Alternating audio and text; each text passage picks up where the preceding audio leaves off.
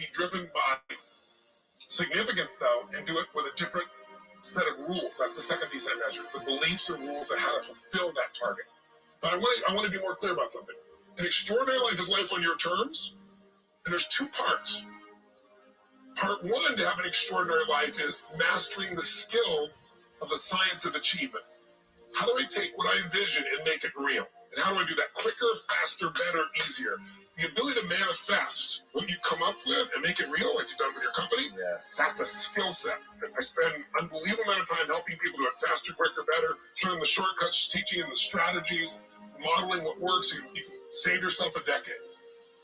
But I would submit to you that having done this for 38 years with, 50 million people at this stage, I can tell you that the science of achievement, there are a lot of people that are damn good extraordinary. If you see it extraordinary, what you really find out is he's humble as hell, and he's hoping somehow I'm going to rub off on him on that side too. Right. And so I give him what he asked for, the change in his business, but I also give him what he needs, which is the change inside of him. So the second is the art of fulfillment. If you want an extraordinary life, you can't just achieve, you got to be fulfilled. As simplistic as that sounds, but it's an art. It's not a science. Right. It's a science to making money. Come on.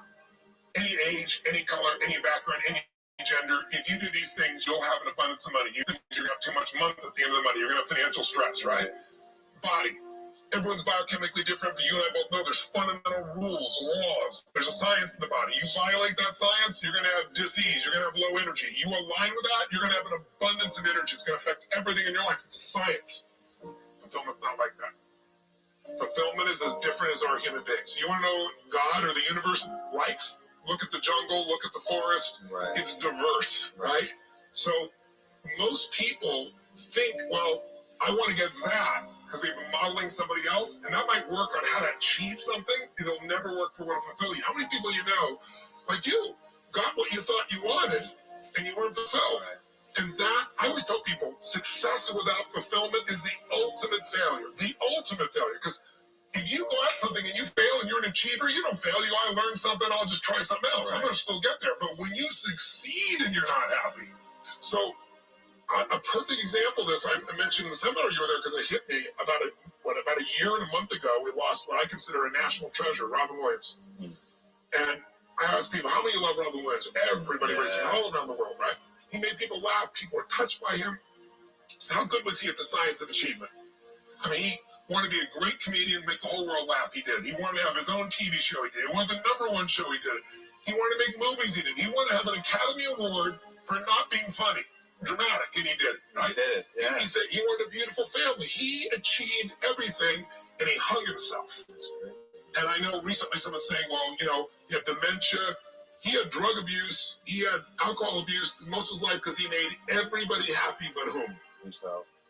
That's the ultimate failure. So if I had no other message to offer your viewers, and you let me give it to them right now, please. I'll tell you what I believe.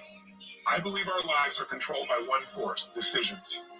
I certainly believe in force greater than myself, call it God if you will, grace, whatever you want to call it, the universe.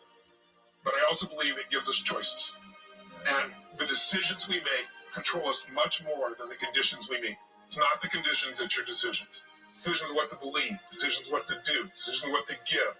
I say to people, think about, look back 10 years ago, 5 years ago, 15 years ago, and think of a decision you made. That if you would have made a different decision, you'd have a totally different life today. Better or worse, I don't know, but totally different. The most important decision you can make above any on the face of the earth is deciding that no matter what happens in your life, no matter what happens, you're going to live in a beautiful state.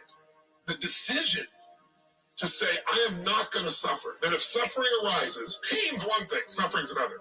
Suffering is when you're like, suffering could be worry, it could be anger, it could be frustration. It's anything that takes you out of the beautiful state. And here's what people don't get. You can end suffering by stop focusing on yourself and focus on something you want to serve greater than yourself. Your children, your wife, your mission, your life.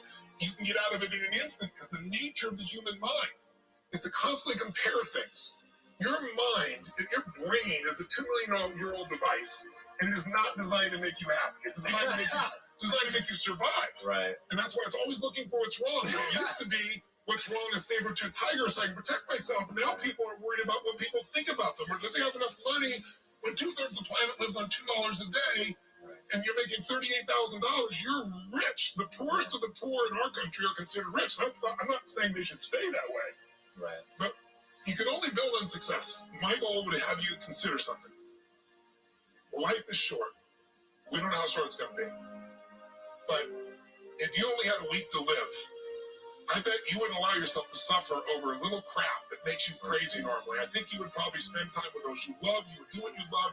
You'd take on a sunset. You'd smell the air. You would take in everything in those final moments that you possibly do. So my thing is, why wait? Right. Why wait? Why not just decide that if I start to suffer, I know the solution, because suffering is me obsessing about me. You might say, it's not me. I'm worried about my kids because they're not doing well. No, you're worried that you haven't done enough for your kids. It's about you still, right? Yes. You know, you're worried about what was done or what you should have done or what shouldn't have done. And you can end that in an instant by becoming aware of it and saying, I have made the most important decision of all. Right. I'm going to live in a beautiful state. Because here's what's going to happen. Anybody watching, you may lose a family member. You probably will. Somebody may get cancer. Your business the government might change the rules. They might change things radically that you can't even do anything about it. You might go bankrupt. You might get divorced. I don't say anybody will, but no one knows what's going to really happen in your life. Life's full of uncertainty, but here's what you can know. You can decide that no matter what happens, you're going to have a great time.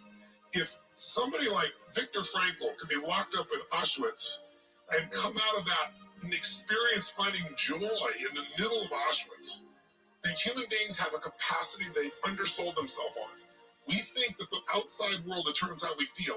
If people have to behave a certain way, if your husband or your wife, your kids, or your coworkers, or whoever, your boss, has to behave a certain way for you to be happy, and if they don't, you're unhappy, then you're always going to be unhappy, because the more people around you, the more they're going to change that, because they're all human, right? My invitation is, as great as it is to achieve, more important to enjoy. And if you can enjoy every moment in that state, when you're feeling loving and playful and passionate and curious and awe, you treat other people 100 times better than when you're feeling frustrated, pissed off, overwhelmed, worried, stressed, or feeling sorry for yourself. You're going to be a better parent. You're going to be a better lover. You're going to be a better business person. You're going to have a better life. So my soliloquy is, decide. Decide today. And actually say, what if I cut it off? What if I said, I'm not willing to settle and I'm just going to live in a beautiful state? Doesn't mean you won't feel bad. It doesn't mean you won't stay there. You instantly change. But what the hell is success? It's hitting an expectation. And I always tell people, man, trade your expectations for appreciation, and it's a whole new world instantly. You can appreciate this moment. If you can't find ecstasy in this moment, in a conversation with a friend and looking in your wife's eyes, being with your children, going on a run, if you can't find ecstasy now, I'm here to tell you, more money, more people, more love, more business, more anything is not going to give you more action. If you can't do it here now, you're not going to do it there when you got more. So why not do it now and have a rich life right now? I tell people, money, that's one thing. Like having financial abundance, there's skills. That's a science. But wealth, it's a decision. It's like you can be wealthy right now. I live in Fiji a good portion of the time. There are these villagers there. They're the richest people I know. They're happy. They laugh. They love. They don't give a damn about the economics. Other people say they're poor. When I first went there, I was trying to do things for them. I'm like, what are you talking about? I'm so happy. Wealthy people come over from the United States and they go travel around and try to figure out what to do. And they're going to spend 9 years to do this and this and this so they can finally sit down and be happy. And the Fijian guy goes, why don't you sit on the beach right now and experience it? Why spend the 9 years? Why not have it now? That's my invitation.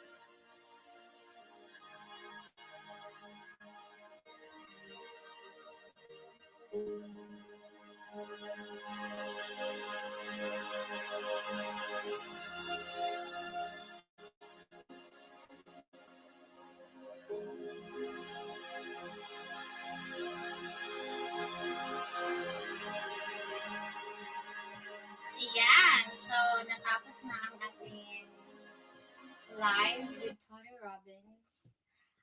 Shinare ko lang po talaga siya. Kasi, nung napanood ko siya kagabi, sobrang inspiring. So, ang pinaka-thought doon is kung ano yung gusto mong marating sa buhay, kailangan mong desisyonan ngayon, kailangan mo siyang aksyonan ngayon.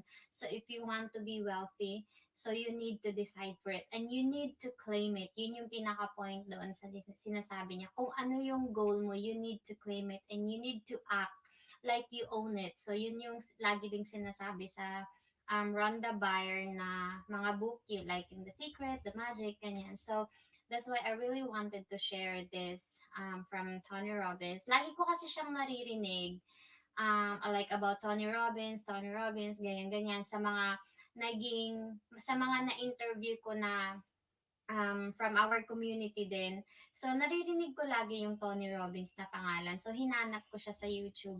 Ang ganda nga pala talaga ng mga sinasabi niya. Kaya ako, gusto ko lang talaga siyang i-share kasi nakaka-inspire, sobrang nakaka-motivate na kung ano man yung pinagdadaanan mo ngayon, like there's always a lot to be grateful. Yung ganun po. So, yun lang. Gusto ko lang siyang i-share and sana meron po tayong natutunan kasi ako sobrang dami. Alright, thank you po for watching! Biglaan lang tong live ko talaga. Thank you. Bye-bye.